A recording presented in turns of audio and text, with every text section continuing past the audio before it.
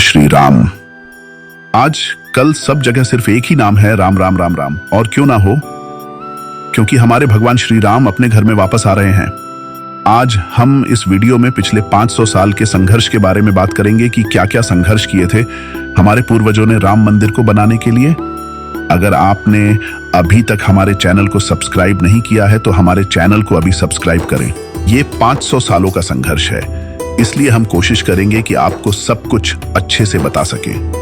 अगर हमारे वीडियो में कुछ गलती हो जाए तो आप सबसे पहले से ही माफी मांगते हैं। तो चलिए शुरू करते हैं राम मंदिर यानी प्रभु राम के घर वापसी की संघर्ष की कहानी। जैसा कि आपको पता है कि प्रभु राम ने अपने समय में 14 साल का वनवास किया था, लेकिन प्रभु राम के मंदिर का वनवास कुछ ज्यादा ही लंबा हो गया। भारत के इतिहास में राम मंदिर के निर्माण के लिए 5 अगस्त 2020 का दिन सुनहरे अक्षरों में दर्ज हो गया।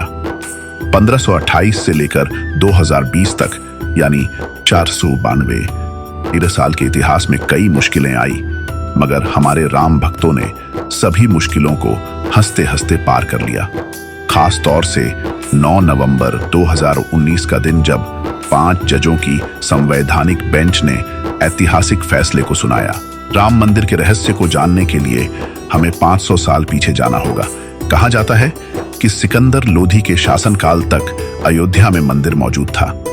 14वीं शताब्दी में भारत में मुगलों का शासन आ गया था और उसके बाद से ही राम जन्मभूमि को नष्ट करने के बहुत से अभियान चलाए गए और फिर 1927-28 में राम मंदिर को तोड़ दिया गया। क्या आप लोग जानते हैं कि प्रभु राम के पुत्र कुश ने राम मंदिर का निर्माण करवाया था?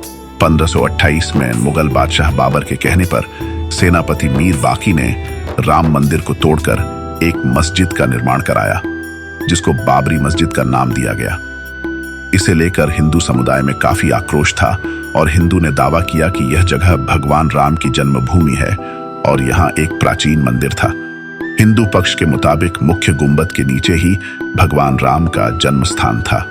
और आपकी जानकारी के लिए बता दें कि बाबरी मस्जिद में 3 गुंबदें थीं। 1938 मॉन्टगोमेरी मार्टिन, जो कि एक ब्रिटिश सर्वेक्षक थे, उन्होंने एक रिपोर्ट दी जिसमें उन्होंने जिक्र किया कि जो स्तंभ मस्जिद में है वो स्तंभ मंदिर से ही लिए गए हैं। इस रिपोर्ट के आने के बाद काफी हंगामा हुआ और इसके बाद नमाज के साथ मस्जिद में पूजा भी होने लग गई। 1853 में इस जगह के आसपास पहली बार दंगे हुए। 1859 में अंग्रेजी प्रशासन ने विवादित जगह के आसपास बाड़ लगा दी। मुसलमानों को ढांचे के अंदर और हिंदुओं को बाहर चबूतरे पर पूजा करने की इजाजत दी गई।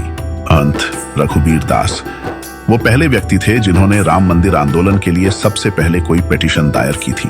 1883 में महंत रघुबीर दास ने चबूतरे के ऊपर एक मंदिर का निर्माण शुरू कर दिया, जिसे जिला मजिस्ट्रेट ने तुरंत रोक दिया।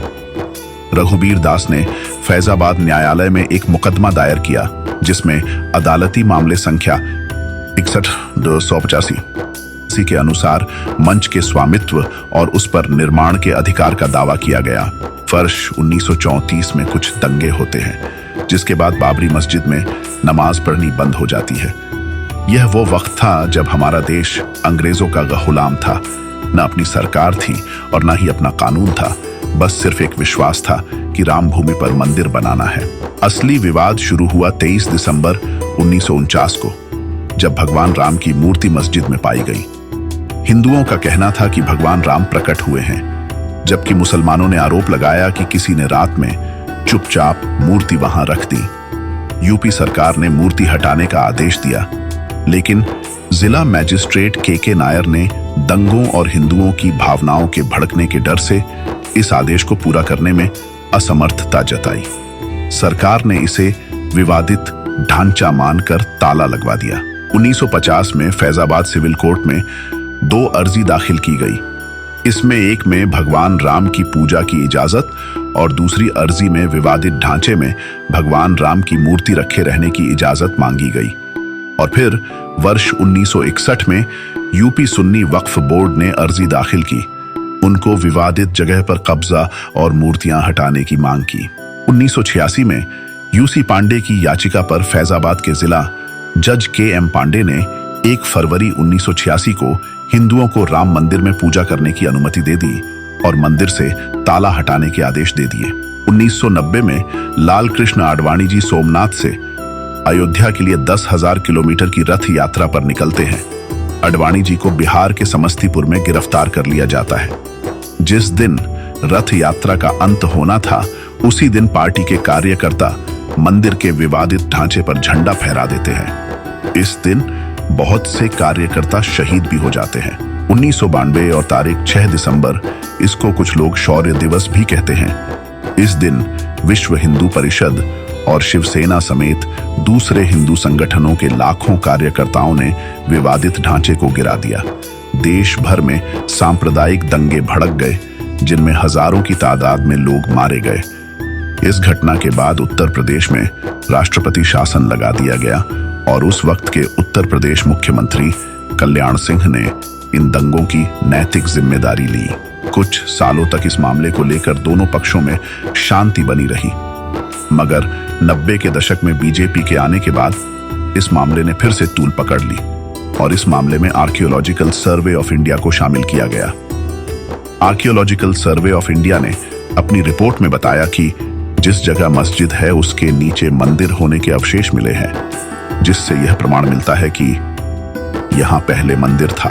आर्कियोलॉजिकल सर्वे ऑफ इंडिया की रिपोर्ट के आधार पर इलाहाबाद हाई कोर्ट ने जमीन को 3 हिस्सों में बराबर बराबर बांट दिया। एक हिस्सा राम जन्मभूमि ट्रस्ट, दूसरा हिस्सा सुन्नी वक्फ बोर्ड और तीसरा हिस्सा निर्मोही अखाड़ा। मगर तीनों को ही यह फैसला मंजूर नहीं था और फिर यह मामला सुप्रीम कोर्ट में जाता है और 2011 में सुप्रीम कोर्ट ने अयोध्या विवाद पर इलाहाबाद हाई कोर्ट के फैसले पर रोक लगा दी। साल 2017 में सुप्रीम कोर्ट ने out on F court settlement का आह्वान किया, मगर उससे भी हल नहीं निकला। 8 मार्च 2019 को सुप्रीम कोर्ट ने मामले को मध्यस्थता के लिए भेजा। पैनल को 8 सप्ताह के अंदर कार्यवाही खत्म करने को कहा और 1 अगस्त 2019 को मध्यस्थता पैनल ने रिपोर्ट प्रस्तुत की और आखिरकार वो ऐतिहासिक दिन आ गया जिसके लिए हर भारतीय ने अपने तरीके से लड़ाई लड़ी थी अपने प्रभु राम के लिए। 9 नवंबर 2019 को सुप्रीम कोर्ट के 5 जजों की बेंच ने राम मंदिर के पक्ष में फैसला सुनाया। 2.77 एकड़ विवादित जमीन हिंदू पक्ष को मिली और मस्जिद के लिए अलग से 5 एकड़ जमीन मुहैया कराने का आदेश दिया गया। 5 फरवरी 2020 को मंदिर का ट्रस्ट बनता है और मंदिर का निर्माण शुरू कर दिया जाता है। 22 जनवरी 2024 को अयोध्या में राम मंदिर का प्रतिष्ठा समारोह है, जिसमें राम लल्ला अपने घर में प्रवेश करेंगे। राम मंदिर के निर्माण के लिए बहुत से लोगों ने अलग अलग तरीके से अपना योगदान दिया। मैं उन सभी का तहे दिल से शुक्रिया अदा करना चाहता हूं। इस वीडियो को बनाने का मकसद सिर्फ इतना सा था कि हमें कभी उन लोगों को नहीं भूलना चाहिए जिन्होंने राम मंदिर के लिए अपनी जान तक दे दी थी। अगर आपको हमारी वीडियो पसंद आई और आप एक सच्चे राम भक्त हैं, तो कमेंट बॉक्स में जय श्री राम जरूर लिखना और हाँ, अपने दोस्तों को भी यह वीडियो जरूर शेयर करना ताकि वो भी जान सके राम मंदिर बनने का इतिहास। मैं उम्मीद करता हूं कि इस जानकारी से आप सब संतुष्ट होंगे। अगर आप ऐसी और भी वीडियो देखना चाहते हैं तो हमारे चैनल को सब्सक्राइब करें ताकि आप तक हमारी वीडियो सबसे पहले आ सके।